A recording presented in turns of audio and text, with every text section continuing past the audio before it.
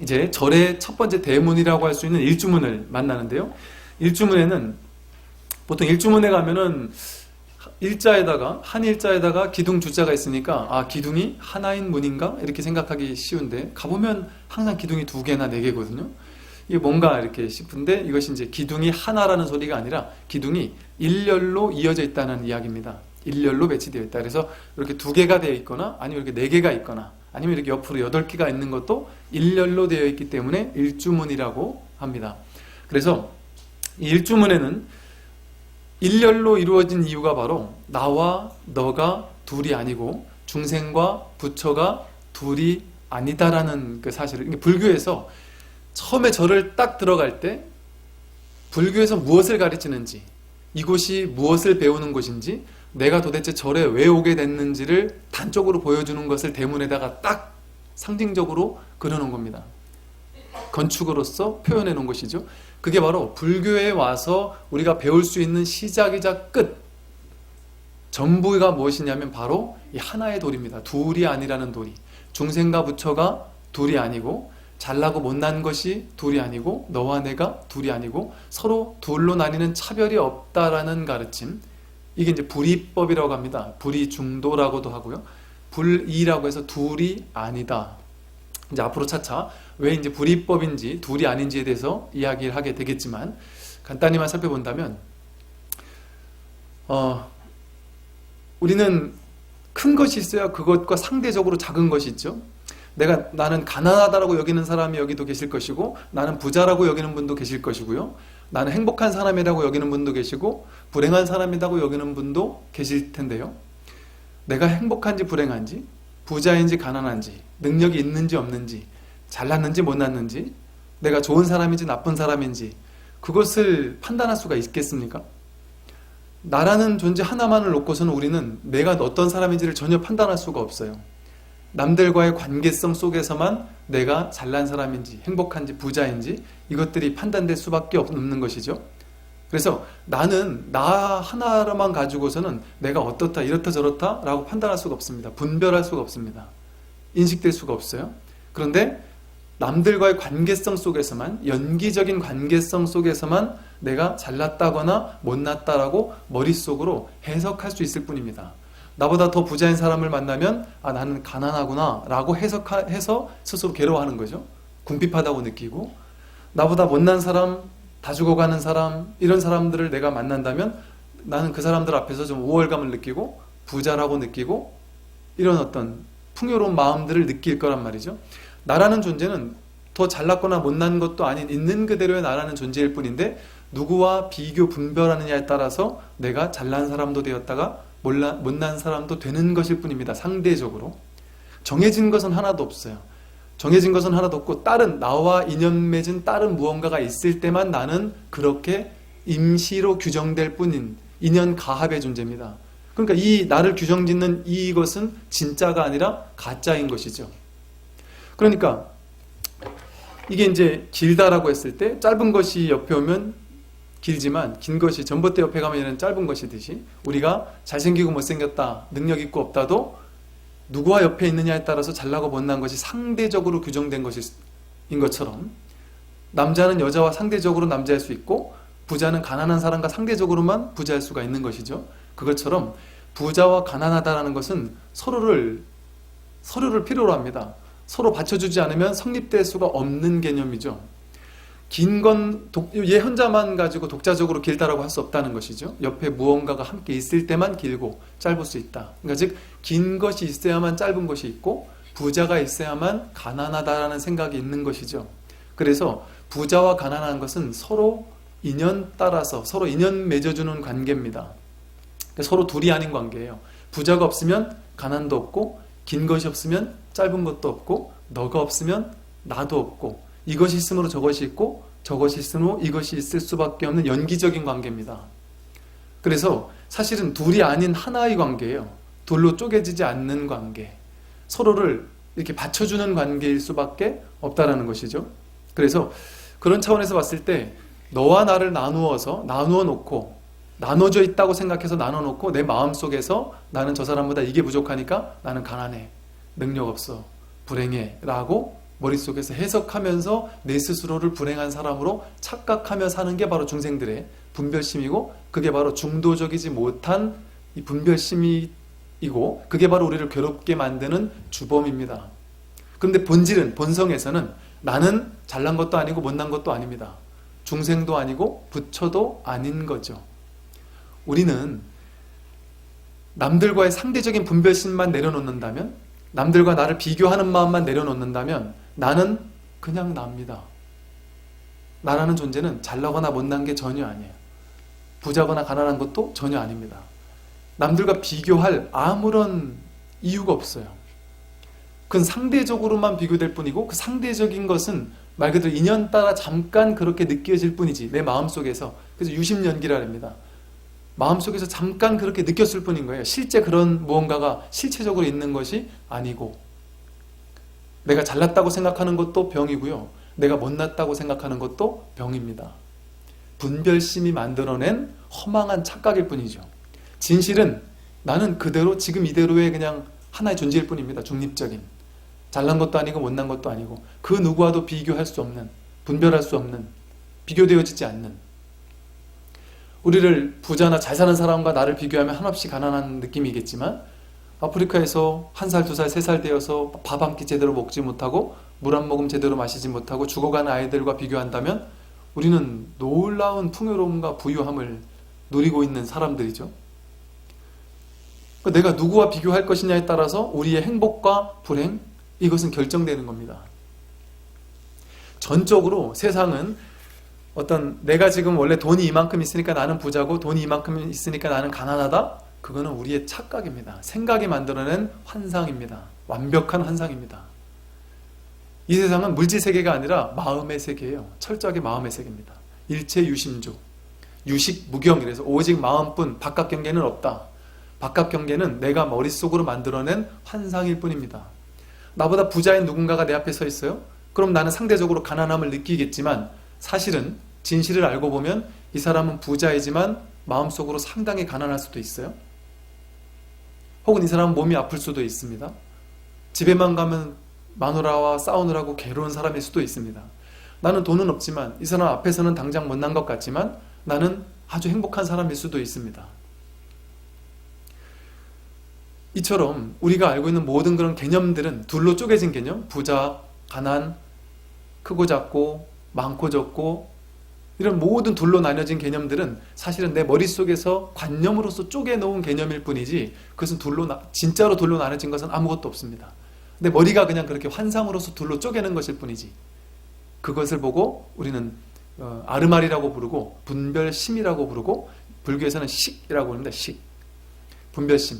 그러니까 우리는, 우리가 대상을 안다라고 할 때는 무엇을 가지고 안다라고 하느냐 하면, 비교해가지고 안다라고 밖에, 우리가 알 수 있는 것은 난 이걸 알아 라고 하면 그건 진짜 아는 게 아닙니다. 비교해서 아는 거예요. 여러분 저를 아십니까? 여러분 자신을 알까요? 나도 내가 누군지를 모르겠다 라고 얘기를 합니다. 왜냐하면 비교해서만 내가 누군지 지금까지 알아왔거든요. 그러니까 윗사람과 비교하면 나는 부족하고 밑에 사람과 비교하면 나는 나은 사람인 것처럼 느껴지거든요. 계속 왔다 갔다 하는 존재입니다. 내가 누군지를 전혀 알 수가 없어요. 이처럼 비교 분별하는 이 분별심이 우리를 무지몽무하게 만드는 것이고 어리석게 만드는 것이고, 그 분별심을 타파하게 될 때, 분별심만 딱 내려놓으면 지금 이 자리에서 아무 문제가 없습니다. 여러분 삶은. 이게 아주 중요한 핵심이에요. 여러분 인생은 둘로 쪼개서 남들과 너와 나를 둘로 나눠놓고, 너는 이런데 나는 이렇구나, 나는 너보다 못한 존재구나, 세상 사람은 이런데, 세상의 기준은 이런데 나는 이 기준에 못 미치는구나, 이런 식으로 너와 나를 둘로 나눠놓으니까 거기에서 내가 부족하고 잘난 것도 생기고 우월감과 열등감도 생기고, 거기에서 모든 괴로움이 연기할 뿐입니다. 우리가 괴로워하는 모든 것은, 예외 없이 모든 것은 이러한 분별심에서만 만들어질 수 있습니다. 죽음에 대한 괴로움은 어디서 생기냐면요, 삶과 죽음이라는 둘로 나누는 데서 생깁니다. 본질은 무엇이냐? 생사라는 나고 죽는 것과 불생불멸이라는 죽음도 없고 삶도 없다라는 진실은 서로 다르지 않아요. 둘로 쪼개지는 개념이 아닙니다. 우리는 죽는다고 느끼지만 죽는 게 아니에요. 부처님께서 그것을 깨닫고 났더니 죽음이 전혀 두려울 것이 없구나. 죽음이라고 해서 내가 죽는다고 해서 괴로워할 필요가 전혀 없구나라는 사실을 깨달은 겁니다. 생과 사가 전혀 둘이 아니다라는 사실을 완전히 자각했기 때문에. 그러니까 깨달음을 얻고 나면 뭐 다른 게 달라지는 것이 아니라 내 마음속에 둘로 쪼개서 분별하고 해석하는 이런 마음들이 완전히 사라지니까 언제나 지금 이대로 온전하고 완전하고 장엄한 아름다움일 뿐인 것이죠. 그 누구와도 비교하지 않으니까 번뇌망상이 내 마음 가운데 있지 않은 것이죠. 그래서 이렇게 일주문이 제일 대문에 절에 가면 대문에 딱 나온 이유는 너와 내가 하나다. 중생과 부처가 하나고 내 마음이 바로 지금 이대로 내가 가지고 있는 이 마음이 바로 부처의 마음입니다. 돌로 쪼개지만 않으면, 돌로 나누지만 않으면 지금 이대로 우리는 바로 여지없이 부처다. 그 부처와 중생은 전혀 차이가 없습니다. 내 스스로 만들어낸 허망한 분별심으로 스스로를 묶느냐 묶지 않느냐, 자승자박하느냐 거기서 풀려나 있느냐, 그 차이밖에 없는 것이죠. 그래서 이렇게 둘로 쪼개지 않는 마음, 그 마음이 바로 불이법이고 불이중도이고 그 마음이 바로 일심이라고 또 표현을 합니다. 한마음이라고도 표현하고요. 여러분과 제가 지금 여기 뭐 한 100명 넘는 사람들이 이렇게 앉아 계시지만 여러분 마음 따로 제 마음 따로라고 생각하지만 그런 건 없습니다. 우리는 사실은 한 마음을 우리 모두가 공유하고 있습니다. 여기는 우리만 공유하고 있는 것이 아니고요. 온 우주가 이 한 마음을 공유하고 있습니다. 이 손가락 폈다가 접었다 하는 이거를 누가 하겠어요? 이 신경이 하는 게 아닙니다. 제 손이 하는 게 아닙니다. 제 뇌가 시켜서 하는 게 아닙니다. 누가 할까요? 제 몸뚱이가 하는 게 아니에요. 제 몸뚱이가 하는 거면 제가 지금 딱 죽는다면 못 해야 되는데, 죽더라도 몸뚱이가 있으니까 해야 되는데 내가 죽으면 얘는 이거 못 하거든요. 누가 이걸 합니까? 한 마음이 하는 거예요. 우리가 뭐라고 말할 수 없고 표현할 수 없고 알 수 없지만, 왜 알 수 없느냐? 알려면은 너와 내가 둘로 나뉘어져야지 알 수가 있어요. 아르마리, 인식은 아는 자가 있고 아는 대상이 있어서 둘로 쪼개져 있어야지만 알 수가 있습니다. 그런데 이 한마음이라고 하는 불성이라고 하는 참 여러분의 본질, 여러분의 참된 자아는 이건 알의 대상이 아닙니다. 둘로 쪼개지지 않는 것이기 때문에, 불이법이고 하나이기 때문에 이런 식으로 이제 제가 설명을 나중에 가서는 할 건데요. 지금 이런 식으로 설명을 하니까 여러분들이 갑자기 눈빛이 상황당해 당황해 하시면서 이게 도대체 무슨 말을 하는 것인가, 알 듯 모를 듯 하기도 하면서 도저히 나는 소화할 수 없는 얘기를 하시는구나 하고 힘들어 하실 것 같은데 제가 그냥 한번 이렇게 툭툭 던져보는 겁니다. 그러나 이걸 이해하지 못하더라도 전혀 상관없어요. 이제 앞으로 불교 교리 공부하고 부처님 생애를 공부하면서 차근차근 이해될 수 있게 조금씩 공부해 나갈 것이고, 이것이 어떤 의미인지를 나중에 가서 탁 알게 되실 것이고, 그걸 알게 되면 야, 이것이야말로 정말 놀랍고도 장엄한 진리라는 것이 확신을 가지실 것이고, 그러고 나면 앞으로 여러분의 인생에 대한, 내가 인생을 어떻게 사는 것이구나, 삶을 이렇게 살아야 되겠구나라고 하는 어떤 중심이 딱 잡힐 겁니다. 아, 오케이, 이제는 내가 헤매지 않아도 되는구나, 이렇게 가면 되는 것이었구나라는 것에 대한 삶에 대한 중심이 딱 잡힙니다. 그러면 완전히 깨닫지 못했다 할지라도 안심이 되기 시작해요. 그동안 우리 안심하지 못하고 삽니다. 왜? 길이 없으니까, 길이 보이지 않으니까. 희뿌옇게 안개처럼 뿌옇잖아요. 우리의 미래는 어떻게 살아야 되는지, 잘 사는 건지 모르지 않습니까? 나이가 많다고 아는 게 분명히 아닙니다. 계급이 높고 돈이 많고 저명하다고 해서 그것을 아는 것이 아니고요. 심지어 종교인이라고 해서, 아니 그 대학 교수라고 해서, 철학자라고 해서 아는 것이 전혀 아닙니다. 바른 법을 깨닫지 못하면 누구도 절대 알 수 없어요. 내가 어떻게 가야 하는지, 어떤 것이 내 삶의 방향이 되어야 하는지를 모르니까 우왕좌왕하면서 당황스러운 이런 인생을 살 수밖에 없습니다. 그래서 깨달음을 얻어야 하는 것이고, 그 깨달음을 얻은, 우리보다 먼저 깨달음을 얻은 우리의 앞서가신 선지식이 바로 부처님이고 수많은 큰 스님들이시고 선사 스님들이시라는 것이죠. 거기에서, 그곳에서 우리가 삶의 방향성을 잡지 않는다면 이 세상에 그 누구를 롤 모델로 삼아서, 선지식으로 삼아서 우리의 삶을 갖고 가겠습니까? 자기 자신도 추스리지 못한 선지식들이고, 인류의 수많은 위인이라 할지라도 자신의 인생조차 행복하게 만들지 못했거나 자신 스스로도 우왕좌왕하며 살았던 사람들이거든요. 완전하게 중심 잡힌 스승, 그분들을 정말 우리가 삶의 중심 잡아 살아야 되지 않겠습니까? 그 길이 있다. 이 일주문을 통과해 들어가면 나옵니다. 그래서 이 일주문에서 앞에 들어가면 주로 이런 얘기가 있습니다. 입차물례 막존지혜라고 해서 이 문 안으로 들어와서는 보고 듣는 모든 것을 세간의 아르마리로 해석하지 말라. 분별하지 말라는 얘기죠. 즉, 이 법당에 와서는 이게 이제 여러분들이 불교를 공부하는 데 있어서 가장 중요한 어떤 지침입니다. 그런데 이것을 아무리 일주문에다 저렇게 대문에다가 딱 써붙여 놓는데도 불구하고 이게 실천이 안 돼요.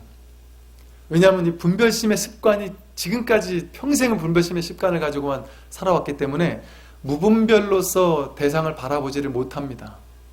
내 아르마리를 가지고 해석을 해요. 물론 뭐 안 그럴 수는 없겠지만 제가 여기서 이제 끊임없이 이야기하는 것들에 대해서 당분간만이라도 해석하고 분별하는 걸 잠시 멈추고, 여러분 마음속에서 다른 데서 특히나 공부하셨던 분들이나 내가 삶의 어떤 기준 중심 이런 것들이 딱 서 있는 분들일수록 더욱더 제가 하는 어떤 부처님 가르침을 들으면 들을수록 점점 더 혼란스러울 수도 있습니다. 심지어는 불교 공부를 많이 하신 분조차 여러분들이 지금까지 했던 불교 공부를 모조리 제가 부정해버릴 수도 있습니다. 왜냐하면 수많은 방편들은 가짜로 만들어진 것인데 거기에 사로잡혀 있으면서 불교의 역사가 왔기 때문에 그렇게 사로잡혔던 수많은 방편들을 제가 모조리 하나하나 쳐내는 일들을, 이 교리를 공부하는 이유는 이 교리를 공부해서 뭔가를 쥐고자 하는 것이 아니라 이 모든 것은 놔버리기 위한 것이다라는 사실을 알려드리기 위해서 하는 겁니다. 그래서 제가 필기할 필요 없고 공부 열심히 할 필요 없고 이해 안 돼도 괜찮다, 걱정하지 말고 듣기만 하시면 된다라고 한 이유입니다. 지금까지 하던 방식으로 공부할 필요가 전혀 없습니다. 왜냐하면 쥐기 위해서 공부하는 게 아니라 놓기 위해서 공부하기 때문에. 그러려면 지금까지 머릿속으로 내가 보고 듣고 아르마리로, 세간의 아르마리로 생각했던 모든 것들을 잠시 내려놔 주세요. 그래야지만 내가 마음을 열어야지만 불법이 크게 들어오거든요. 이 아카데미를 끝내고 나도 내 머릿속으로 이건 저 스님 뭐 설법 좀 하는 것 같은데 뭐 이런 점은 좀 아닌 것 같고 저건 좀 맞는 것 같고 그러면서 자꾸 해석을 하기 시작하면 이게 어떻게 되냐면요, 사람들이 책을 읽을 때 그런 식으로 책을 읽거든요. 내 머릿속에 있는 기존의 가치관들을 그 책을 통해서 강화시키는 목적으로만 책을 봅니다. TV를 봐도 뉴스거리가 나오거나 뭐 수많은 얘기가 나오고 이러면 내 가치관에 맞는 사람들의 얘기는 맞아 라고 듣고 열심히 듣고, 내 가치관과 틀린 사람 얘기가 나오면 딱 닫아버립니다. 특히 뭐 정치적으로 더 많이 그러죠. 이쪽 아니면 저쪽만 딱 듣고 아니면 딱 차단해버리잖아요. 적이라고 몰아붙이고, 이쪽이든 저쪽이든 모든 게 마찬가지입니다. 내 가치관을 딱 정해놓고 여기가 맞으면 맞아, 이 사람 참 훌륭하네 이러고 막 좋아합니다. 그것은 뭐와 같냐면 평생을 살면서 우리가 하는 것은 뭐냐면 내 머릿속에 만들어진 가치관을 강화시키는 것 외에는 하지를 않습니다. 그런데 이렇게 살게 되면 평생을 살아도 깨달음이나 성숙이나 지혜가 들어오기가 어렵습니다. 오픈마인드라는 말을 많이 들으시죠? 마음을 활짝 열어야지만 들어온다, 지혜가 들어올 수 있다고 합니다. 우리 앞에 100% 진리는 드러나 있고요, 진리의 가르침 또한 드러나 있습니다. 그런데 우리는 그것을 진리로 받아들이지를 못해요. 내 안의 분별심, 아르마리 때문에, 내 고정관념 때문에, 내 가치관 때문에 내 가치관과 틀리다라고 생각하는 가르침들, 이야기들은 절대 듣지 않습니다. 거부해버립니다. 그건 오픈마인드가 아니라 내가 틀을 만들어 놓고 이 틀에 맞는 것만 선택적으로 받아들이는 것이죠. 그러면 죽을 때까지 전혀 변화가 일어나지 않고요, 깨달음이 일어나지 않습니다. 우리가 삶을 사는 이유는 깨달음을 얻기 위해서 좀 더 성숙한 사람, 지혜로운 사람이 되기 위해서거든요. 그래서 절집안에서 중요한 것이 마음을 열지 않으면, 마음을 열 준비가 되어 있지 않은 사람은 아무리 부처님이 와서 가르침을 줘도 절대 깨달음을 얻지를 못한다. 그런데 마음이 활짝 열려있는 사람은 진도가, 공부의 진도가, 깨달음의 진도가 월등히 빠른 겁니다. 그래서 사실은 많은 걸 배운 사람, 많은 거 머릿속에 아르마리를 가지고 견고한 사람, 절대 내 생각이 옳다라고 굳게 집착하는 사람들, 이런 사람들일수록 이 공부하기가 정말 어렵습니다. 그리고 이 법문을 듣고 듣다 보면 자꾸 반발심이 생겨서 나중에 듣기 싫어질 수도 있습니다. 왜? 내가 거부당하는 것 같기 때문에. 내가 지금까지 이것만이 옳다고 꽉 집착했는데 그 집착을 자꾸 내려놓으라고, 자꾸 마음을 열라고 얘기를 하니까 이 마음을 오픈하기 싫은 거예요. 선택적으로만 내가 받아들이고 싶은데 이것을 전체를 열어야지만 내가 한 단계 성장할 수가 있고 지혜를 배워갈 수가 있거든요. 그래서 이 점이 가장 어렵습니다. 마음만 열면 여러분들이 엄청난 공부를 얻어갈 수도 있고요. 마음을 닫고 선택적으로 분별하기 시작하면 선택적으로만 배워갈 수 있을 겁니다. 여러분들이 머리 들어봐서 요거는 맞는 말 같아. 그것만 딱 기억에 남아요. 틀린 말 같은 것들은 자동적으로 걸러집니다. 뇌에서 딱 걸러져서 아예 딱 안 들어버려요.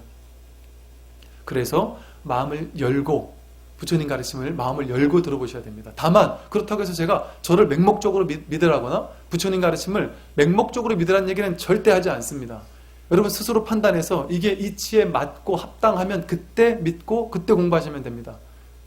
이게 부처님 가르침의 핵심이에요. 부처님은 뭐라고 하셨냐면, 지금까지 누구나 다 진리라고 얘기했다고 해서, 전통으로 옳다라고 얘기한다고 해서, 유력한 사람이 맞다고 얘기했다고 해서, 혹은 어떤 종교에서 그렇다고 얘기한다고 해서, 많은 사람이 그쪽으로 추종한다고 해서, 전통이라고 해서 남들이 이렇다거니라고 해서 그것을 쫓아가지 말라. 그 어떤 견고한 사고방식을 할지라도 과감히 타파할 줄 알아야 합니다. 아마도 여러분들이 반박할 수가 없을 이유가 뭐냐면요, 제가 하는 것이 아니라 부처님 가르침에서는 여러분들에게 주장해서 내세우는 이것이 진리니까 이것만을 믿어라, 다른 건 진리가 아니니까 이것만을 믿으십시오 하고 내세우지 않습니다. 그러니까 여러분들은 걱정할 필요가 없어요. 내세워서 주장하는 이것만이 진리니까 이것만 믿으면 됩니다라고 내세워 주장하는 무언가가 있다면 그걸 내가 믿을지 말지를 결정해야 되는데, 그럴 필요가 없습니다. 불교는 그 모든 것들을 빼앗아버리는, 타파해버리는, 내가 만들어놓은, 내가 구축해놓은 엄청난 이 관념의 틀들을 완전히 내려놔서 완전히 자유롭게 만들어주는 가르침입니다. 그 어떤 것도 쥐게 하지 않아요. 그래서 격식을, 모든 기존에 쥐고 있던 모든 격식, 모든 옳다고 생각했던 모든 것들을 다 타파합니다. 그래서 격외똘이라고 하죠. 격외선이라고도 하고, 격식을 타파한다는 거예요.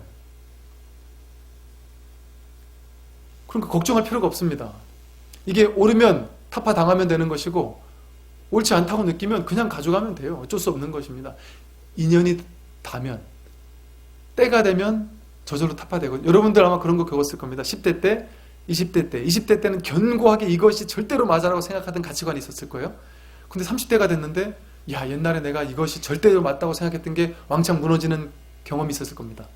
30대까지 이것이 절대 맞다고 생각했는데 40, 50대 되면서 그때 내가 정말 어리석었구나 하고 왕창 깨지는 경험들이 있었을 겁니다. 만약에 그런 경험이 없으셨다면, 어찌 생각하면 내가 그 견고한 틀을 깰 생각조차 전혀 하지 못한, 그렇게 마음을 연 경험이 전혀 없는 사람일 수도 있기 때문에 어찌 보면 좀 안쓰러운 분일 수도 있죠. 이 불교는요, 제가 불교를 20년 이상 공부해 오면서 끊임없이 깨져가는 과정이었습니다. 끊임없이 깨져오는 과정. 심지어 지금에 와서는 불교의 모든 것들이 부정되면서 전부 다 깨지는 것을 느끼면서 너무나 당황스러움을 끊임없이 겪어오는 과정들.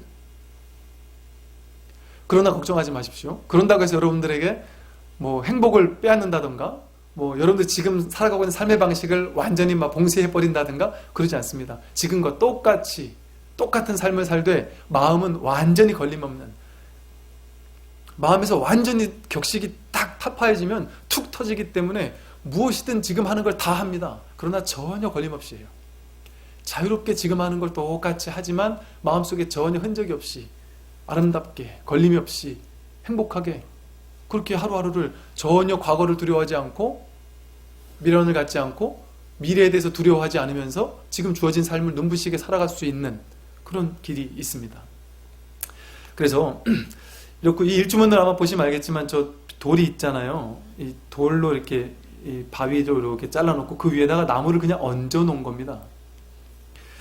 이런 건축물이 전 세계에 우리 서양 건축에서는 아예 없답니다. 어찌 보면 이렇게 주춧돌을 놓고 주춧돌 위에 나무를 그냥 얹어 놓은 거거든요. 어찌 보면 저 허공에 그냥 떠 있는 것 같은, 뿌리를 이렇게 박아 놓은 게 아니라 이렇게 허공에 그냥 띄워 놓은 것 같은 건축물이라서 서양 건축을 하는 사람들은 동양 건축 이런 것들을 보면 되게 당황을 한답니다. 이게 비만 한번 오면은 그냥 주저앉지 않을까 이렇게 생각을 한다는 것이죠.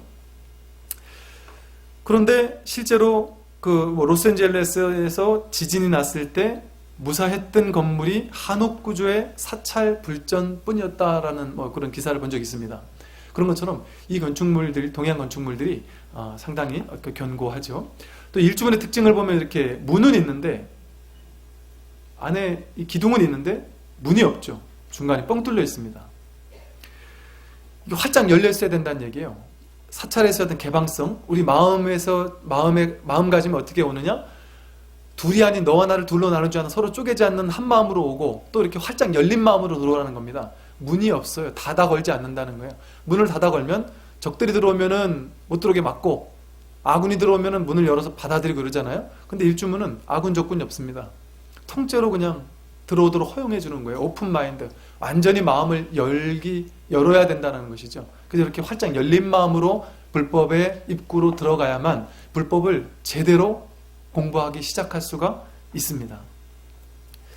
그래서 불교에서는 오는 사람 막지 않고 가는 사람 굳이 잡지 않죠. 그게 바로 이 일주문에서도 딱 드러나는 겁니다. 그리고 이제 도갑사 일주문을 보면은 이제 그 다음에 보면 일주문에는 그 절의 사격을 나타내는 어떤 뭐 자부심이나 뭐 사격, 위치 이런 것들을 나타내는 것들을 쓰기도 합니다. 뭐 무슨 산 무슨 사라고 쓰기도 하지만 이를테면 통도사는 국지대찰 불지종가, 뭐 해인사는 해동의 제일도량, 또 송강사는 승부종찰, 뭐 조계 총림 뭐 이런 식으로 그 절의 어떤 자부심이랄까 이런 것들을 쓰고 있고요. 그 다음에 이제 금강문으로 넘어가겠습니다. 뭐 참고로 하시면